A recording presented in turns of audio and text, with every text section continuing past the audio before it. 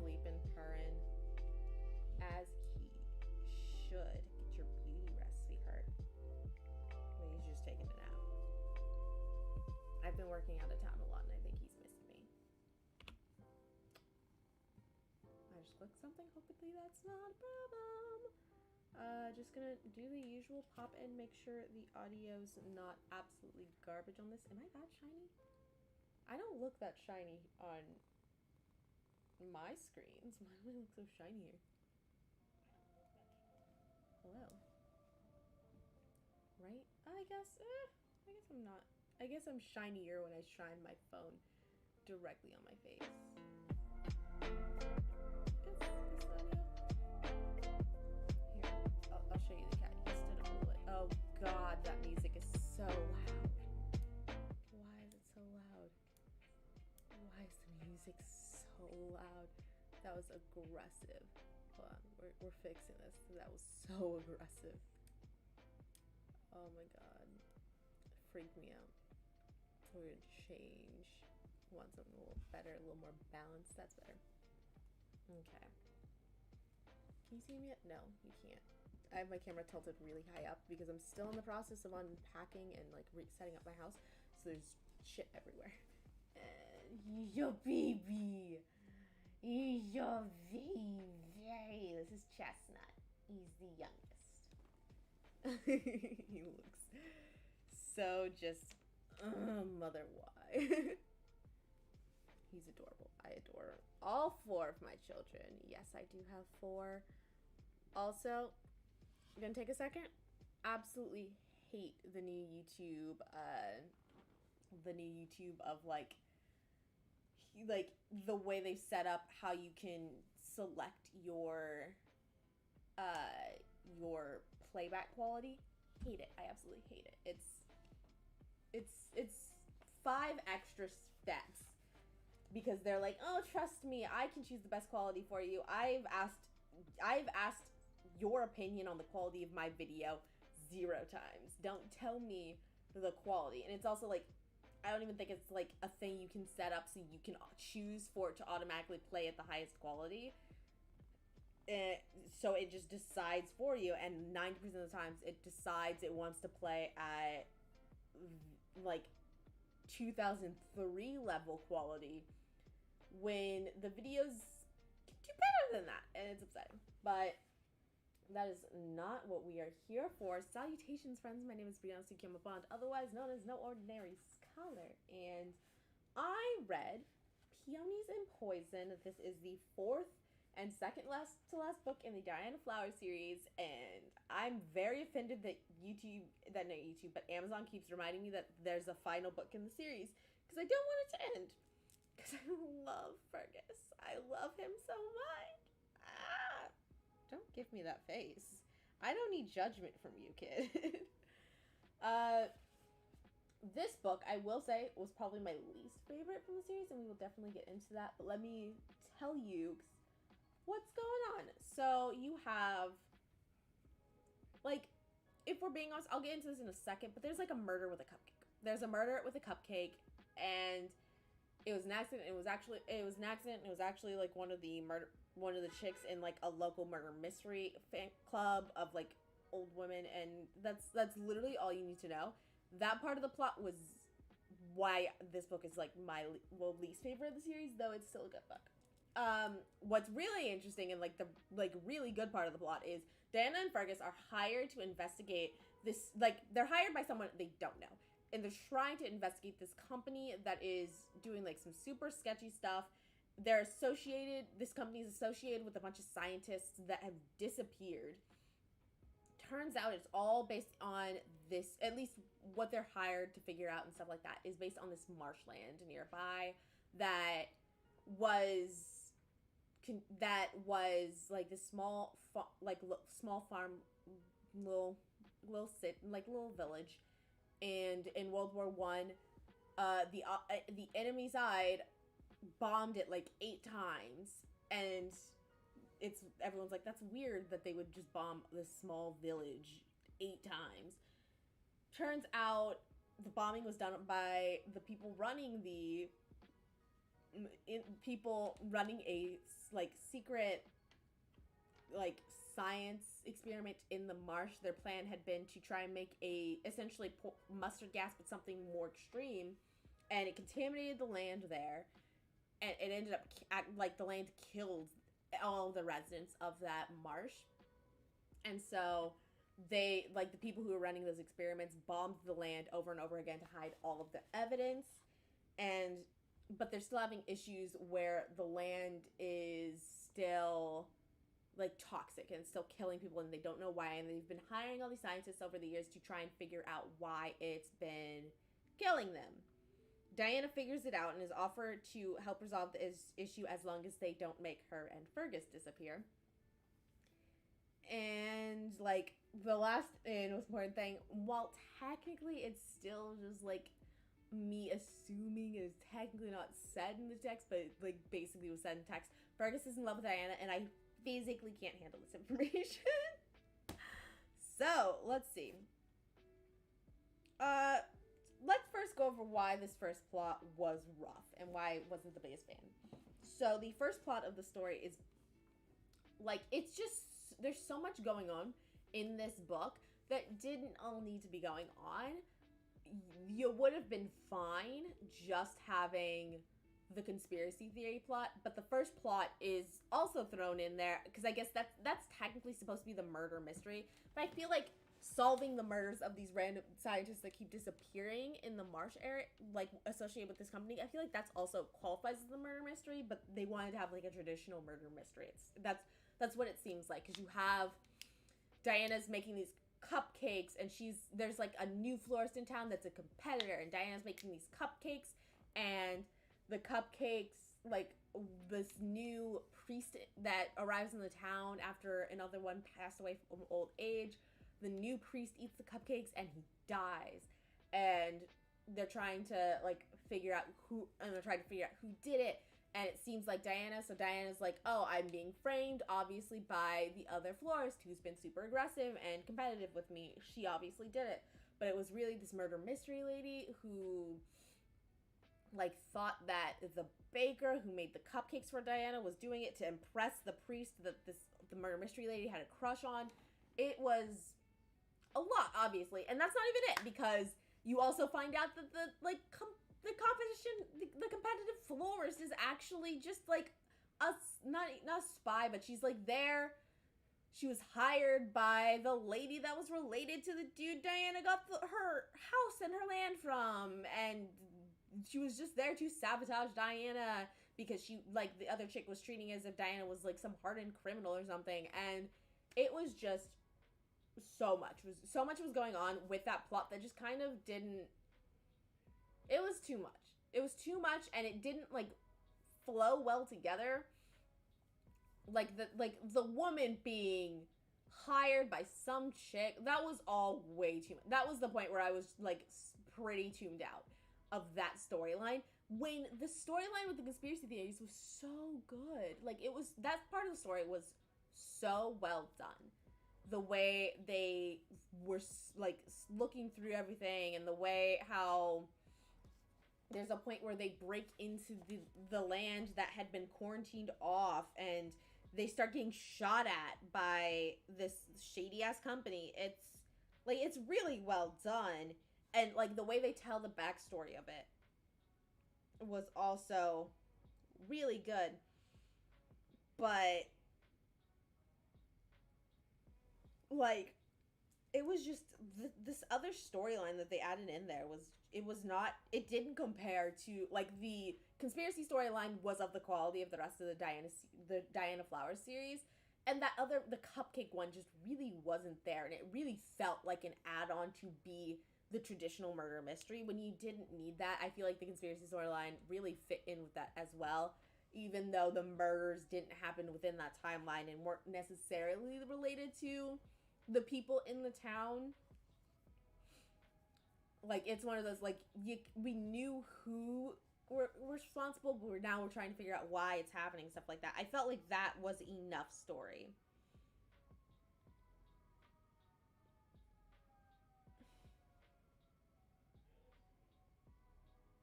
But, like,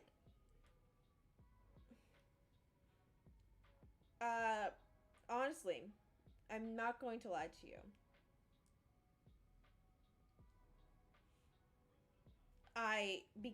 Because they felt like because so much was just shoved into the book. I'm not gonna lie. I originally gave the book 3 stars, but then there's this one specific line.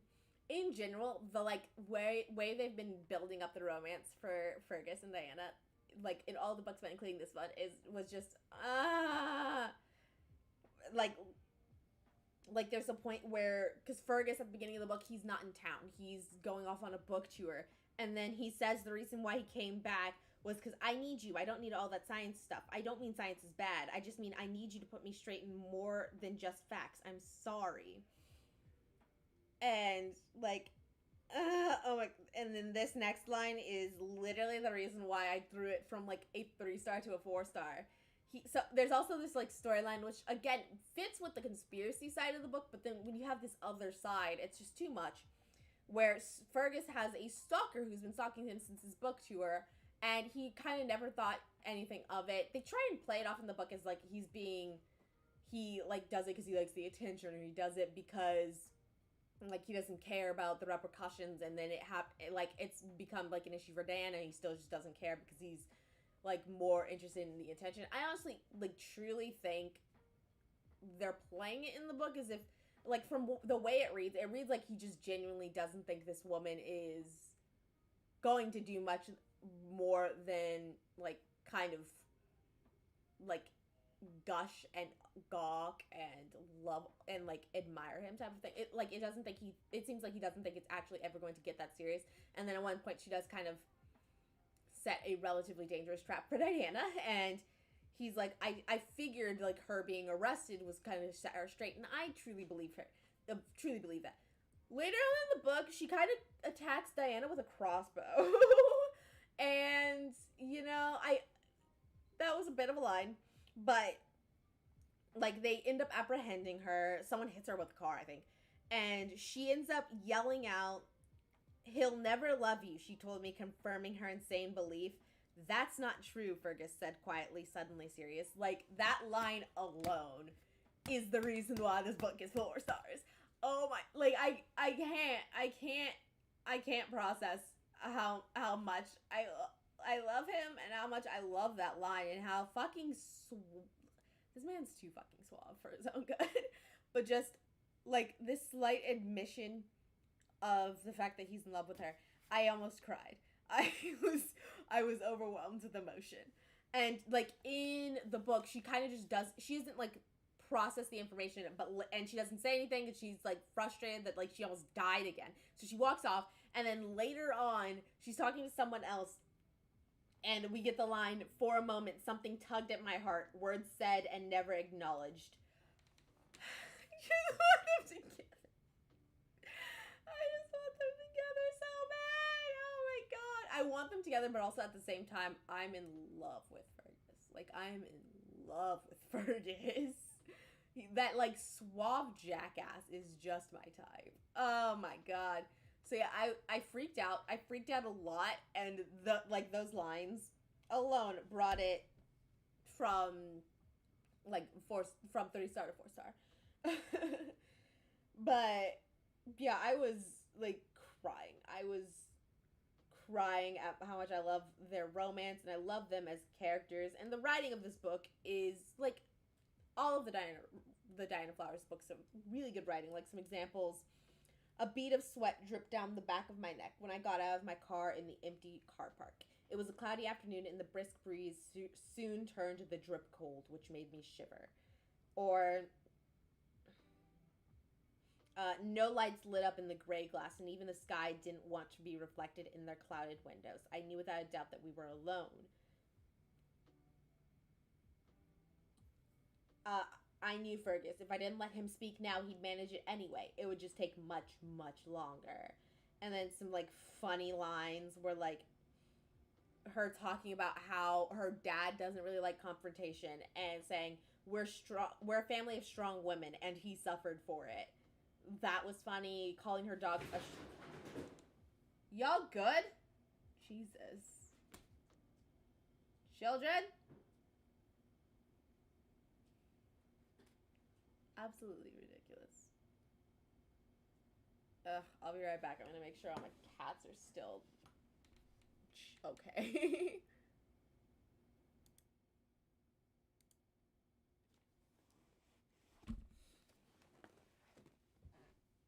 Meow. One, two. It doesn't even look like anything else is stacked. It's like having a big avalanche going on. So,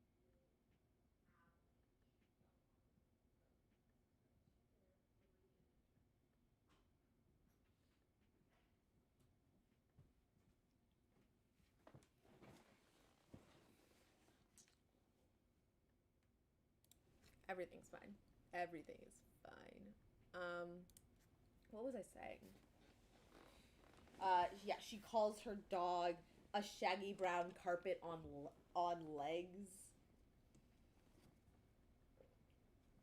There's a point where because she is originally accused of this murder of the priest, and she's accused of the murder.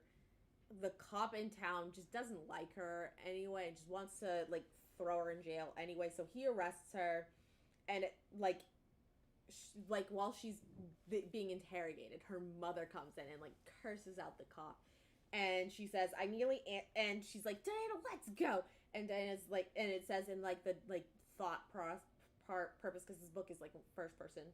I nearly answered back like a 5-year-old. I was an adult and perfectly capable of fighting my own battles. But the old phrase, never look a gifted horse in the mouth, came to mind, and I got out of the door before Walter Miller could recover his powers of speech again. That was funny.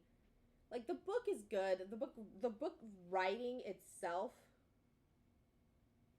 and the quality itself was really good. The actual writing style I always love. It was just, I felt like there was just way too much going on. I felt like the cupcake murder situation was just way too much. Too much was going on. It was. Hi, Nugget. You want to see another cat? Yo. No, this is the wrong way. Yo, Nugget. Say yo. Mwah. Mwah. Mm. But it was the writing style, as always, was something I really liked. Dana and Fergus, you can see how giddy I get over them, but just this other cupcake storyline was unnecessary, and that itself was not done to the quality I typically expect from this series. I will be finishing the series next year, which is really sad. At the moment, I have if you're looking and if you're interested, Kindle Unlimited is having a really super cheap deal. I think for Black Friday I got 4 months for $5. So I currently have Kindle Unlimited. I don't know how much I'll be reading it because I have already a very stuffed TBR, and maybe I'll check out one of Ruby Lauren's other series to see how I like it, what's going on. But yeah, but for right now, I have no doubts that the last book in the series is going to be just as good as the other 3 were. I think this was just one where I think the conspiracy series stuff was supposed to be teeing up book number 5, where I think, to my understanding, her ex-boyfriend that she broke up with before moving out to this town and meeting Fergus and all them, I think he's going to be murdered, and he was probably murdered by the conspiracy people and the shady company people, and she's going to be solving that and bringing them to justice that way. And I think that's what book 5 is going to be. So I think that whole part was supposed to be teeing up book 5, and it was supposed to be a transition kind of thing, but it ended up being just a much better part of the story than the actual primary murder. So I have no doubt that book 5 is going to be exactly the level of quality that I'm used to from the series. If you are curious about my next book that I will be reading, what week is next week? I have to double check when this book comes out. But the next book, I already finished reading it. Definitely still need to gather the notes for it. I might be streaming it in 2 weeks on the 8th or sometime that week. It is Tethered Spirits by T.A. Hernandez. I got an advanced reader copy, and so I'll be doing my review on that. I think that's about the week that it's going to be releasing. So if you want to, if you want to check out that stream, it'll be right around the time that book comes out. I was a big fan of it. I rated it 5 out of 5 stars. And after that book, I am currently reading Reaper of Souls. That's the second book in the Kingdom of Soul series by Irina Baron. And hopefully my last book of the year is going to be Dance of the Burning Sea. That is the book by, I don't remember the author, but it's the sequel to Song of the Forever Rains. Hopefully I get to finish both of those books, because those were like competing favorite books for a little bit. And so I want to be able to read both books this year and kind of come to a conclusion about which one is like where to me. But yeah, that's my plan for the rest of the year. I hope you guys enjoyed. Thank you so much for hanging out with me, and until next time, valedictions, friends.